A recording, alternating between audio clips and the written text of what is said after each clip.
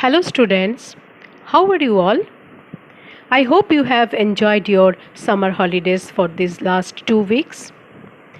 This is your Sanchita ma'am back here with your social studies lessons. Students, before starting, I want to give you some informations that your first unit test will be held on this month, that is in month of July. For this first unit test, Chapter 1 and Chapter 2 will be given for your syllabus. So, please prepare Chapter 1, that is Understanding History, and Chapter 2, that is Clues to the Past, thoroughly. We will let you know the dates very soon. And for this unit test, whatever I have given you in my videos, that question answers, word meanings, true and false, matching, etc., everything, fill in the blanks, everything will come. So you please prepare according to the given question answers and prepare for the coming unit test. Now, today I will start a new chapter. Come to page number 32, chapter 5, that is rotation and revolution. This chapter today we will learn.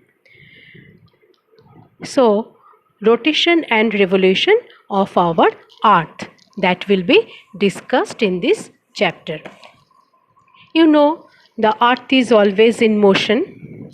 So, in this chapter we will learn two important motions of our earth. One is rotation and another one is revolution.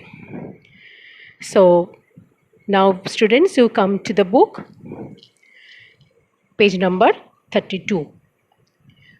We often watch a football match or a game of cricket on television in the middle of the night. Have you ever wondered why these matches are played at such late hours? The answer is that it is not so late at the place where the match is being played. If we look closely, we might actually find that the match is being played in daylight. Why is it so that we have night when it is day at some other places on earth? The shape of the earth as well as its motion is responsible for that. A spinning ball. Long ago, people used to think that the earth was flat. They even feared that if a person traveled far enough, he or she would fall off the edges of the earth. It was the ancient Greeks who first got the idea that the earth is round, and later this was proved. So, firstly, people thought that our earth is a flat one. Earth was a flat, but later it was proved that our earth is not actually a flat one. The idea is the earth is round in shape. This planet, which is called Earth, does not, however, stay in one place. It spins on its own axis, and at the same time it moves around the sun. Now I will show you one diagram I have drawn for you to explain this one. Now look at the picture. Assume this circle is our earth. I have drawn this. It is written here earth and its axis.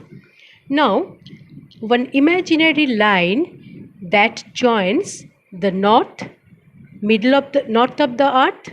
This side is called the north. The upper side is called north. Remember that the lower side is called south when you are facing any diagram or any map.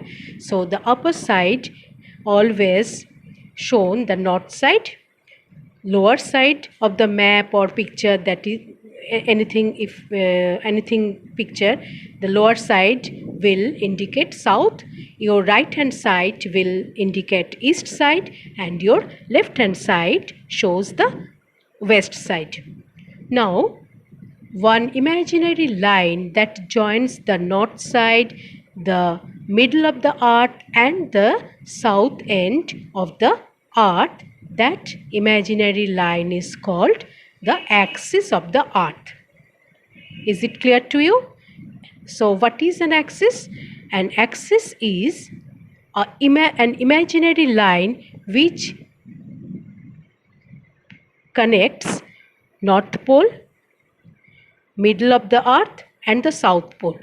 It is absolutely one imaginary line. In your book it is written, now let us think of a ball spinning on a fingertip.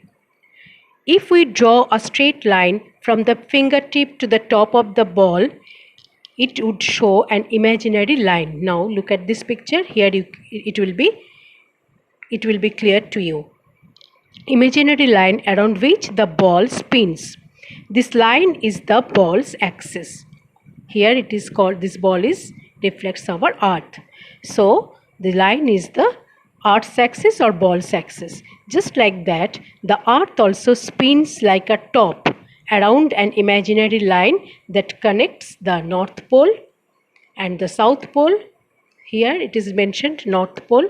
Here it is mentioned South Pole. This dot is South Pole. The imaginary line running through the earth joining its two poles is called the axis. Now what is called earth's rotation?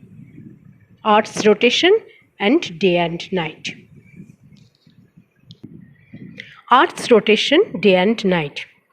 The movement of the earth on its axis is called rotation. Remember this line, you can underline. The movement of the earth on its axis is called rotation. As it rotates, the parts of the earth facing the sun experience light. It is day in these areas, but the rays of the sun cannot reach the opposite side of the earth. The areas these remain in darkness, and it is night in those areas. Therefore, some parts of the earth have day at the same time as some other parts have night. I have again drawn another picture to explain this. Now see how day and night occurs. Look at the diagram. Day and night are caused by Earth's rotation on its axis. See this picture. Here is sun. This one is the earth. In the picture, the question can come to your mind that ma'am has drawn sun is much smaller than earth. But you know sun is far away from our earth. That's why sun can be seen in the earth. You can see the sun in a very smaller one than our earth. Now, sun's rays are falling to the earth. Now, day and night are caused by earth's rotation on its axis. What is rotation? I already told you. The movement of the earth on its axis is called rotation. It is day on the side of the earth that is facing the sun. See, this is the earth facing the sun. Sun's rays are falling on the earth. The side which is facing the sun, that places are getting daylight. They are getting light, so day in this side, and the other side of the earth is facing not getting sunlight. They are having night. So it is night on the side of the earth facing away from the sun. Is it clear to you? As the earth rotates, only one half of the earth faces the sun. The half facing the sun is light or day, and the half facing away from the sun is dark or night. So the rotation of the earth causes day and night. I think it is clear to you. Now, another thing I can tell you, that Earth's axis is an imaginary line that runs through the poles of the earth. Axis is tilted, and the movement of the earth on its own axis is called the rotation. So why do we have days and nights? Because when the light is falling on earth, that is day. And how long does it take for the earth to make one complete rotation? The earth takes 24 hours to make a complete rotation. And now see the book. The earth rotates from west to east. This is the reason why we see sun rising in the east and setting in the west. One complete rotation of the earth takes 24 hours, which is equal to 1 day. During this time, each part of the earth will have day and night. The movement of the earth on its axis is continuous, so day and night follow each other in a cycle. So this much is today's task. You learn up to this. Next day I will go the next part of the chapter. So till then, goodbye.